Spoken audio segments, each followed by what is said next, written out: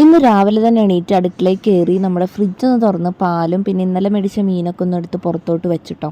വെറുതെ ആവശ്യമുണ്ടെങ്കിൽ ഇല്ലെങ്കിൽ ആ ഫ്രിഡ്ജൊന്ന് തുറന്നില്ലെങ്കിൽ എനിക്കൊരു സമാധാനം ഉണ്ടാവില്ല. അങ്ങനെയുള്ളവരൊന്ന് കമൻറ്റ് ചെയ്യണേ. അപ്പോൾ ഇതേ നമ്മുടെ മീനൊക്കെ ചട്ടിയിലോട്ടാക്കി വെച്ച് കുറച്ച് വെള്ളവും തളിച്ച് അവിടെ വെച്ചിട്ടു. വെള്ളം തളിച്ചല്ല, വെള്ളം ഒഴിച്ച് അവിടെ വെച്ചിട്ടോ. അതിനുശേഷം ചായക്ക് വെച്ചു. അതിനുശേഷം നമ്മൾ ഇന്ന് നൂലപ്പവും കുറുമക്കറിയാണ് ഉണ്ടാക്കുന്നത്. അതിനുള്ള ഗ്രീൻ പീസ് എന്ത് ചെയ്തു, കുക്കറിൽ വേവിക്കാൻ വെച്ചു. കൂട്ടത്തിൽ ക്യാരറ്റ് ഉരുളക്കിഴങ്ങ് ഇടാൻ മറന്നില്ല കേട്ടോ. പിന്നെ കുറച്ച് ഒരു ഗ്ലാസ് ചായയൊക്കെ കുടിച്ച് പിന്നെ നൂലപ്പത്തിനുള്ള പരിപാടി നോക്കി.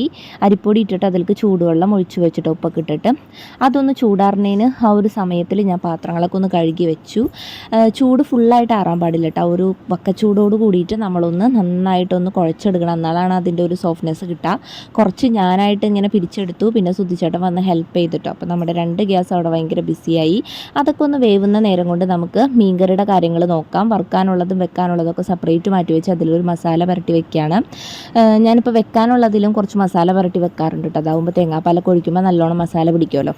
ആ മസാല പിടിക്കുന്ന നേരം കൊണ്ട് ഞാൻ എന്ത് ചെയ്തു, നമ്മുടെ കുറുമക്കറി ഒന്ന് വെക്കാമെന്ന് വിചാരിച്ചു. അങ്ങനെ കുറുമക്കറി റെഡി ആയിട്ടുണ്ട്, നൂലപ്പം റെഡി ആയിട്ടുണ്ട് കേട്ടോ. മക്കൾക്ക് അതിൻ്റെ ഇടയ്ക്ക് ഞാൻ കൊടുത്തിട്ടുണ്ടായിരുന്നേ. മക്കൾക്ക് കൊടുത്തത് നൂലപ്പം മുട്ട പുഴുങ്ങിയതാണ് കേട്ടോ. അപ്പോഴേക്കും ഇതേ നമ്മുടെ മീൻകറിയൊക്കെ ഏകദേശം റെഡി ആയിട്ടുണ്ട്. അതിലേക്ക് എന്ത് ചെയ്തു, നമ്മൾ ഉള്ളി ഇഞ്ചി സംഭവങ്ങളൊക്കെ ഇട്ടിട്ട് നല്ല പുളിയുള്ള മാങ്ങ ഇട്ടിട്ടുണ്ടായിരുന്നു കേട്ടോ. മീൻകറി അയിലക്കറി പ്രത്യേകിച്ച് മാങ്ങിട്ട് വെക്കുമ്പോൾ അപാര ടേസ്റ്റാണ്. ട്രൈ ചെയ്യാത്തവരൊന്ന് ട്രൈ ചെയ്ത് നോക്കാം. എല്ലാവരും അറിയായിരിക്കും. പിന്നെ അതേ കറിവേപ്പില കുറച്ച് അധികം ഇട്ടിട്ട് ഞാൻ 2 അയില മുഴുവനോടെ തന്നെ വറുത്തെടുത്തിട്ടോ. എനിക്ക് പറഞ്ഞു സൂചി. അപ്പോൾ ഇത് നമ്മുടെ ഓൾമോസ്റ്റ് പണികളൊക്കെ കഴിഞ്ഞതിന് ശേഷം സുധിച്ചേട്ടന് നൂലപ്പം കുറുമക്കറി എടുത്ത് കൊടുക്കുകയാണ് കേട്ടോ. അപ്പോൾ സുധിച്ചേട്ടൻ അത് നിന്നിട്ട് അങ്ങനെ പൊക്കോളല്ലോ. അതിനുശേഷമാണ് ഞാൻ പിന്നെ കടയിലേക്ക് പോകുന്നത്.